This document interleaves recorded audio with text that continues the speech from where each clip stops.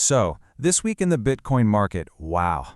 We've seen some absolutely massive and, honestly, conflicting moves from major institutional players. It's a pretty clear signal that we're entering a critical new phase. Let's break down what's really happening. Let's just start with this number, $20 billion. That's the kind of scale we're talking about here, and it's absolutely central to understanding the bigger picture. And here's the kicker. That wasn't the total volume for a day or, even an hour. That was the value of one single Bitcoin transfer moved in one single block this week. An on-chain event of this size is frankly incredibly rare, and it really sets the stage for the major forces we're about to unpack. Okay, so before we dive into the different corporate strategies playing out, we really have to understand this foundational move, the $20 billion transfer. Yeah, the exact amount, just shy of 250,000 Bitcoin. 224,248 BTC to be exact. I mean, that is just a staggering amount to move in one shot. So let's dig into what we actually know about it. Okay, so the transfer moved from the BC1Q JASF address over to the BC1QD4Y address. Now, what's going on here? Well, there are two main theories floating around. The most likely one, it's probably just a UTXO consolidation. You can think of it like digital housekeeping. A big player, maybe Tether or Bitfinex, is just cleaning up their wallet, consolidating funds from a bunch of small pots into one big one.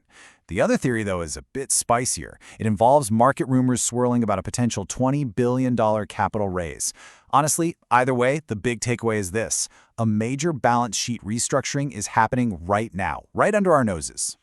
And this is where the whole story really gets interesting. That huge Treasury move. It's kind of the backdrop for two corporate strategies that are now on a direct collision course, the exit versus the accumulation. All right, first up, we've got GameStop. They moved their entire Bitcoin holding, all 4,710 BTC, over to Coinbase Prime. Now, if you're not familiar with what that means, moving assets to a prime brokerage, it's like moving your stocks into your trading account right before you smash the sell button. It's a very, very strong signal of intent to liquidate. And this move, it really shines a light on the pressure some companies are feeling. I mean, look at this. They bought back in May of 2025 at an average price of nearly $108K. That means if they sell now, yeah, they're looking at a potential loss of about $76 million. Okay, now in what seems like a completely opposite universe, we have strategy. While GameStop is looking to de-risk, strategy is out there aggressively accumulating. They just added over 22,000 BTC to their stack. And what makes this so important? Well, it's their single largest purchase since way back in November of 2024, and they did it during a period of rising market pressure and general weakness. That's a bold counter move. So what we're seeing play out in real time here are two totally diverging paths. On one side, you have the de-risking playbook, right? GameStop is a perfect example. Corporate treasuries feeling the heat and choosing to exit their positions. But then on the other side, you have the doubling down approach from strategy. This is a high-conviction move to accumulate more assets, even with some serious market headwinds. It's a fascinating clash of philosophies for sure. But, it's not as simple as just saying one is right and one is wrong. We got to add some nuance here. So let's take a closer look at the risk involved, because all this accumulation, it doesn't come for free. And this is where the data gets really, really interesting. Despite all their aggressive buying, nearly half, 47% to be exact, of Strategy's total Bitcoin holdings are currently at a loss. Only 53% are in the green. So that context, it makes the decision to buy even more complex, and honestly, a lot bolder. And this just goes to show the pressure they're also under. According to on-chain analysis, the company is, quote, trading near the lower band of its BTC holdings value. What that means in plain English is that their massive treasury is feeling the strain of the current market, just like everybody else. So all of this forces us to ask a really critical question. Is this a high-conviction accumulation play? A classic case of buying when others are fearful?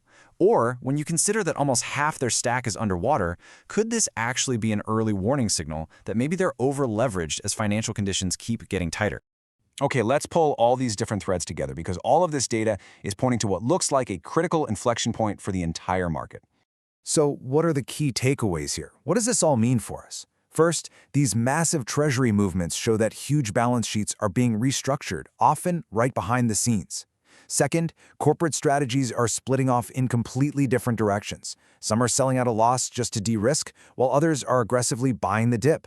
Third, that aggressive buying, it comes with a clearly increasing and measurable risk profile. And finally, these institutional flows, they are the key indicators we need to be watching for near-term market structure.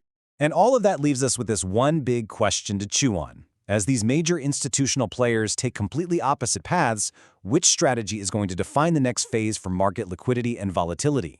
Will it be the cautious exit or the high-conviction accumulation? Well, that's the story that Chain is going to tell us next.